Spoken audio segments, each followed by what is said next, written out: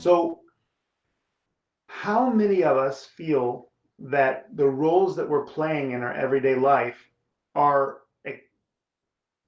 a factor, or they are related to our highest goals and ambitions, your highest self? So when you think about yourself in your everyday life, are you living out your highest goals and ambitions, your personal philosophy through what you're doing, or aren't you? And interestingly enough, what you're doing may have absolutely nothing to do with whether you're living yourself out or you're experiencing your highest self or not. So it's never for another person to judge or tell you how you should live. But understanding that you are not limited in your personality, not limited in who you see yourself to be by the fact that you may work in a chiropractic office as a chiropractor, or that you are working as a politician, for example. If you are a CEO of a big company and then you come home and you're going to run your household like the CEO when you have two 4-year-old twin girls running around the house and you're treating them like your employees, how well is that going to go for you? And how identified are you with these things? So I sat my athletes down to to talk to them about their performance. We'd just been to the European Championship, and I had 7 of them around me in a circle, and I asked them who there was satisfied with their performance in the European Championship, right?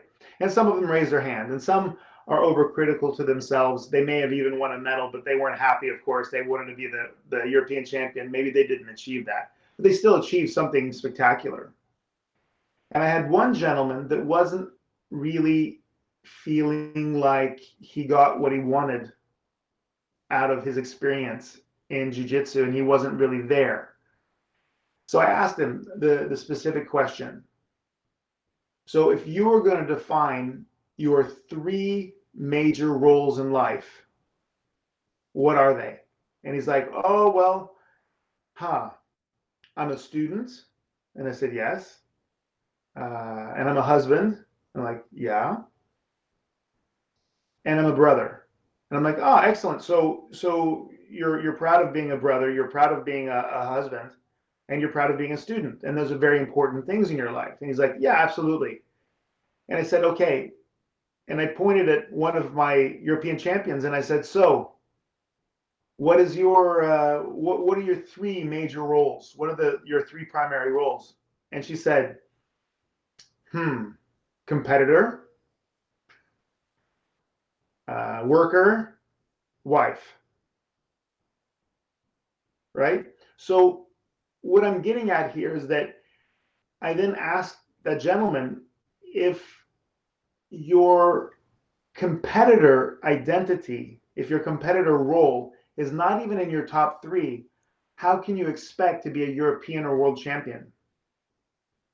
So very many of the things that we're doing where we're demanding very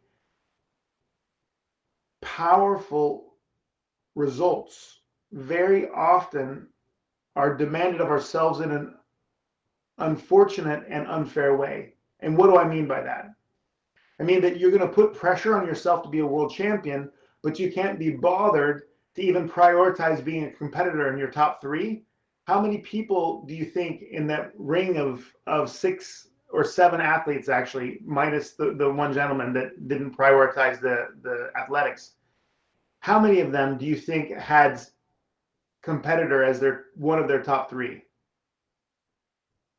All of the other ones. All of the other ones. So am I telling you that you can only have 3 roles that you play in your life? Absolutely not. In my case, I'm a mentor, I'm a healer, and I'm a competitor, right? But I'm also a husband.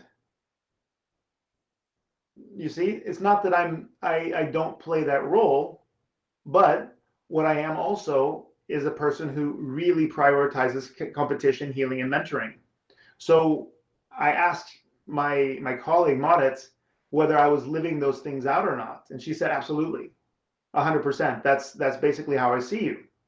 So are you putting your energy into the roles that you really want to play in order to get the most out of your life?